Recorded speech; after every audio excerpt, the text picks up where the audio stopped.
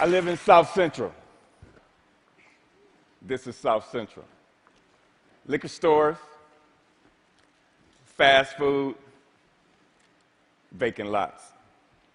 So the city planners, they get together and they figure they're going to change the name South Central to make it represent something else. So they change it to South Los Angeles. Like this is going to fix what's really going wrong in the city. This is South Los Angeles. Liquor stores, fast food, vacant lots. Just like 26.5 million other Americans, I live in a food desert. South Central Los Angeles, home of the drive-through and the drive-by. Funny thing is, the drive-throughs are killing more people than the drive-by. People are dying from curable diseases in South Central Los Angeles. For instance, the obesity rate in my neighborhood is like 5 times higher than, say, Beverly Hills, which is like probably 8-10 miles away. I got tired of seeing this happening. And I wonder, how would you feel if you had no access to healthy food? If every time you walk out your door, you see the ill effects that the present food system have on your neighborhood? I see wheelchairs bought and sold like used cars. I see dialysis centers popping up like Starbucks. And I figured this has to stop. So I figured that the problem is the solution. Food is the problem, and food is the solution. Plus, I got tired of driving 45 minutes round trip to get an apple that wasn't impregnated with pesticides. So what I did, I planted a food forest in front of my house. It's on a strip of land that we call a parkway. It's like 150 feet by like 10 feet. The thing is, it's owned by the city, but you have to maintain it. So I'm like, cool. I can do whatever the hell I want. Since it's my responsibility and I got to maintain it, and this is how I decided to maintain it. So me and my group, LA Green Grounds, we got together and we started planting my food forest, fruit trees, you know, the whole nine, for vegetables. What we do, we're a pay-it-forward kind of group, where it's composed of like gardeners from all walks of life from all over the city, and it's completely volunteer, and everything we do is free. And in the garden, it was beautiful. And then somebody complained. The city came down on me and basically gave me a citation saying that I had to remove my garden, which this citation would turn into a warrant. And I'm like, come on, really? A warrant for planting food on a piece of land that you could care less about? And I was like, cool, bring it. Because this time it wasn't coming up.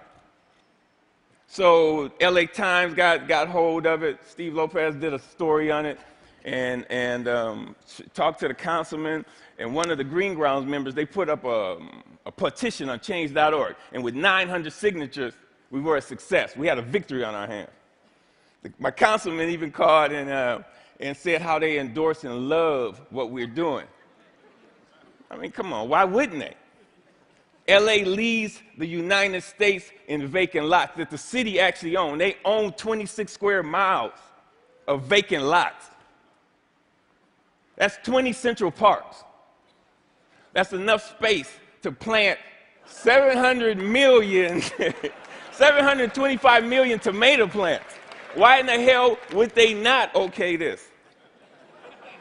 Growing one plant will give you 1,000, 10,000 seeds.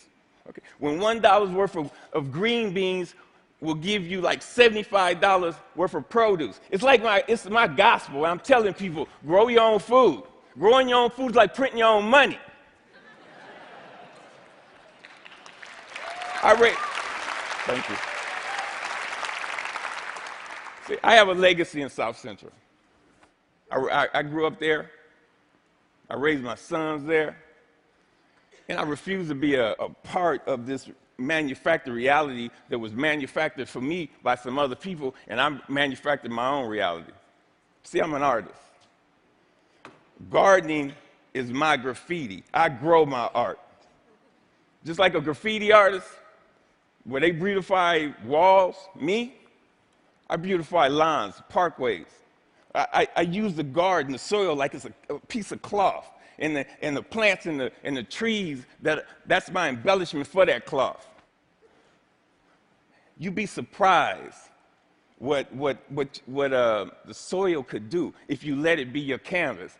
You just couldn't imagine how amazing a sunflower is and how it affects people. So what happened? I have witnessed my garden become a tool for the education, a tool for the transformation of my neighborhood. To change the community, you have to change the composition of the soil. We are the soil. You'd be surprised how kids are affected by this. Gardening is the most therapeutic and defiant act you can do, especially in the inner city. Plus, you get strawberries.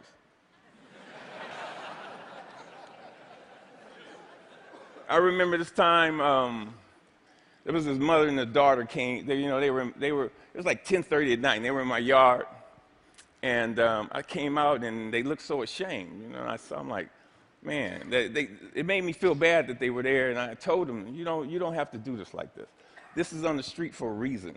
It made me feel ashamed to see people that was this close to me that was hungry, and this only reinforced why I do this. And people ask me, Finn, aren't you afraid people are going to steal your food? And I'm like, hell no, I ain't afraid they're going to steal it. That's why it's on the street. That's the whole idea. I want them to take it, but in the same time, I want them to take back their health. There's another time when I put a garden in this homeless shelter in downtown Los Angeles. The guys, they helped me unload the truck.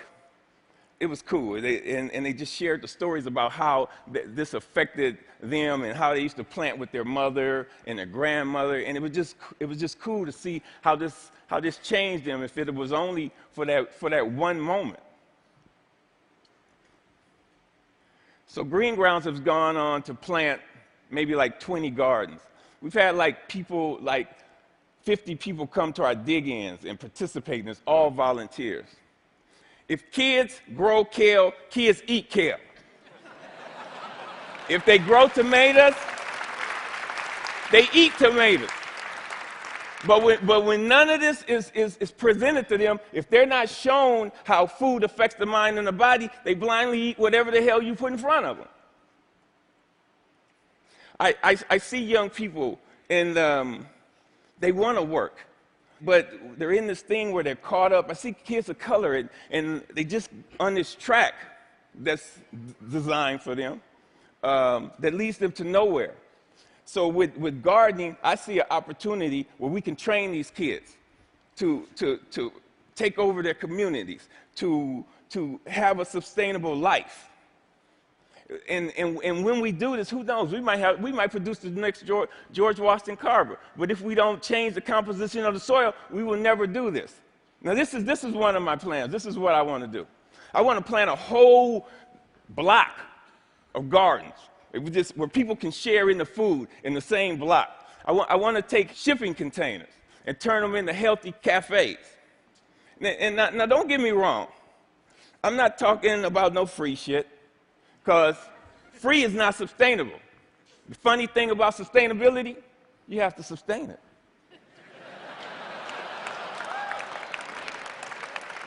What I'm talking about is putting people to work and getting kids off the street and letting them know the joy, the pride, and the honor in growing your own food. Opening farmers markets. So what I want to do here, we got to make this sexy. So I want us all to become ecolutionary, renegades, gangsters, gangster gardeners. We got to we got to flip the script on what a gangster is. If you ain't a gardener, you ain't gangster. Get gangster with your shovel, okay? And let that be your weapon of choice. So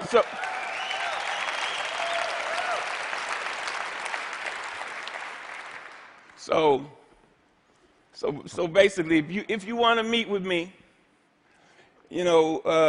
if you want to meet, don't call me. If you want to sit around in cushy chairs and have meetings where you talk about doing some shit, where you talk about doing some shit.